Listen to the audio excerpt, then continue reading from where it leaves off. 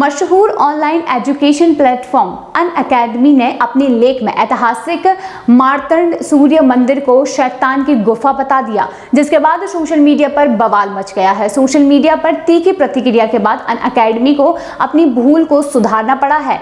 मार्तंड सूर्य मंदिर के इतिहास के बारे में अनअकैडमी के लेख में ये लिखा था कि मार्तंड सूर्य मंदिर, जिसे शैतान की गुफा भी कहा जाता है, भारत में जम्मू और कश्मीर में अनंतनाग शहर के पास स्थित एक हिंदू तीर्थ स्थल है। इसे 8वीं शताब्दी ईस्वी में बनाया गया था और यह हिंदू धर्म के प्रमुख सूर्य देवता सूर्य को समर्पित था।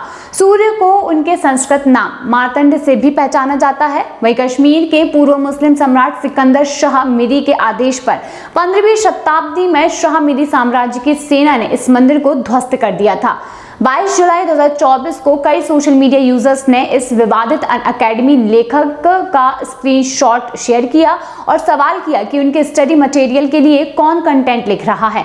कई एक्स यूजर्स ने पूछा कि क्या अनअकैडमी बॉलीवुड से स्क्रिप्ट लिखवा रहा है। एक एक्स यूजर अनुराधा गोयल ने पूछा, वाकई अनअकैडमी, क्या मार्तंड सूर्य मंदिर को शैतान की गुफा कहा जाता है या फिर आप बॉलीवुड की मनगढ़ंत कहानियों से सबक ले रहे हैं।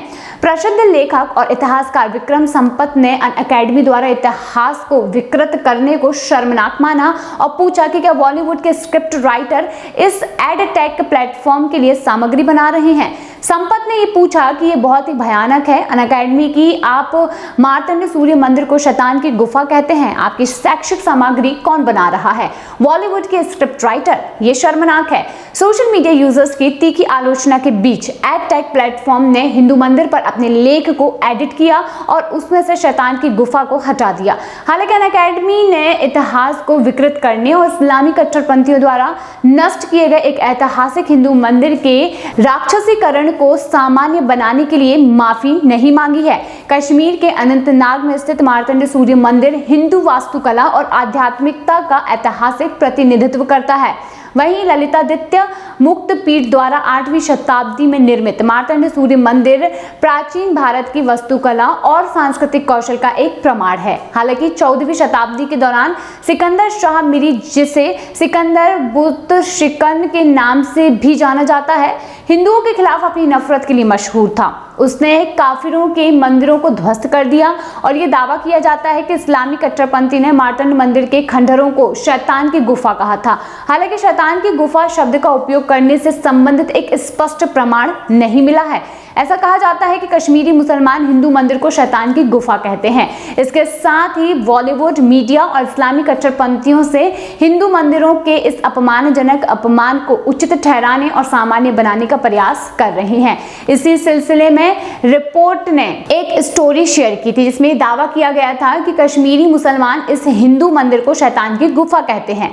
बॉलीवुड फिल्म हैदर में मार्तंड सूर्य मंदिर मार्तंड को बताया गया था शैतान की गुफा। साल 2014 में फिल्म निर्माता विशाल भारद्वाज ने अपनी फिल्म हैदर में हिंदू परंपराओं को बदनाम करने के लिए व्यापक आलोचना का सामना करना पड़ा था।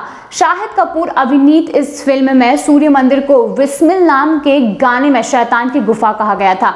इसमें शाहिद मार्तंड सूर्य मंदिर के सामने डांस करते दिखाई दिए और मंदिर में शैतानी आकृतियां दिखाई देती हैं। इस गाने का लोगों ने खूब तीखा विरोध किया और कहा कि रचनात्मक की आड़ लेकर हिंदुओं की भावनाओं का मजाक उड़ाया जा रहा है। ये पहली बार नहीं है जब अनअकैडमी ने हिंदू भावनाओं को ठेस पहुंचाने की कोशिश की हो, बल्कि साल 2021 में भी अनअकैडमी ने अपने ऑनलाइन टेस्ट मॉड्यूल में हिंदुओं के खिलाफ घृणा का प्रचार किया था और हिंदुओं को मुस्लिमों का विरोध बताने के साथ ही कट्टरपंथी भी बताया था। अनअकैडमी के टेस्ट मॉड्यूल में सवाल हिंदुओं को निशाना बनाते हुए लिखा गया था कि एक्स नामक शहर में ईद के अवसर पर मुस्लिम लोगों का एक समूह अपनी रैली निकाल रहा था।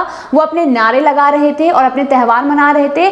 जब वे एक हिंदू बहुल कॉलोनी की गलियों से गुजर रहे थे तो इलाके के हिंदुओं ने उन पर पत्थर फेंकना शुरू कर दिया और दावा किया गया कि उन्होंने हिंदुओं की धार्मिक भावनाओं को ठेस पहुंचाया। क्या यह दावा सही है? अनअकैडमी ने ऐसा तब लिख डाला जब ये पूरी दुनिया में स्थापित हो चुका था कि हिंदुओं के जुलूस और त्योहारों पर मुस्लिम कट्टरपंथी हमला करते हैं। लेकिन वामपंथी प्रचार तंत्र से जुड़े होने के वजह से अनअकैडमी ने पूरी पहचान को ही पलट दिया। पीड़ित हिंदुओं की जगह मुस्लिमों को दिखाया और हिंदुओं को कट्टरपंथी बता दिया। इस मामले में बवाल के बाद अकेडमी ने माफी भी मांगी और गलती के लिए थर्ड पार्टी को दोषी ठहरा दिया था।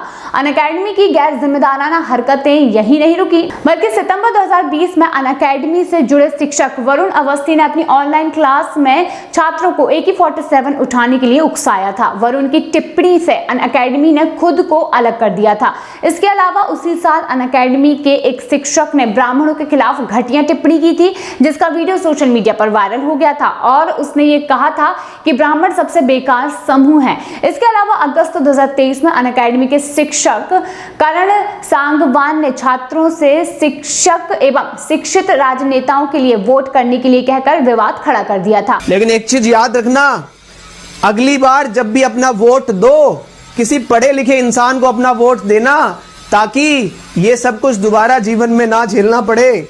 ठीक है, चलो ठीक है, नेक्स्ट टाइम ध्यान रखिएगा, ऐसे इंसान को चुने जो पढ़ा लिखा हो, ठीक है, जो समझ सके चीजों को। सिर्फ ऐसे इंसान को ना चुने जिनको सिर्फ बदलना आता हो, नाम चेंज करना आता हो, है ना। तो मेक योर डिसीजन प्रॉपरली, है ना। उसने ब्रिटिश उपनिवेशवादियों की भी प्रशंसा की और जिन्होंने सही कानून बनाकर बेहतरीन काम किया और हाल ही में घोषित 3 नए कानूनों की आलोचना की, जो कि IPC, CRPC और साक्ष्य अधिनियम की जगह लेते हैं। वहीं नेटिजन्स ने राजनीतिक प्रचार करने के लिए शिक्षा मंच का उपयोग करने के लिए सांगवान की कड़ी आलोचना की और इस मामले में सांगवान को अनअकैडमी से बाहर का रास्ता दिखा दिया गया। अब शैतान की गुफा विवाद पर वापस आते हैं। अनअकैडमी द्वारा इस अपमानजनक शब्द का इस्तेमाल न केवल एक तथ्यात्मक गलती है, बल्कि हिंदू समुदाय पर एक गंभीर हमला भी है। ये एक ऐसी कहानी को आगे बढ़ाता है जो कि हिंदुओं और उनकी विरासत को बदनाम करने वाली ऐतिहासिक कट्टरता को बढ़ाती है। एजुकेशनल कंटेंट में इस तरह की अपमानजनक गलत बयानी खतरनाक है, क्योंकि ये युवा दिमाग को आकार देती है और पहले से ही निशाना बनाए जा रहे हिंदू समुदाय के खिलाफ झूठी कहानियों को बढ़ावा देती है। अब जबकि अनअकैडमी ने अपनी सामग्री से आपत्तिजनक शब्द को हटा दिया है, तो इस घटना को एजुकेशनल कंटेंट के माध्यम से फैलाई जा रही हिंदुओं के खिलाफ आक्रामकता को लेकर एक चेतावनी की तरह देखा जाना चाहिए। वहीं दोस्तों, अब इस पर आप क्या कहना चाहते हैं, कमेंट सेक्शन में जरूर बताइए।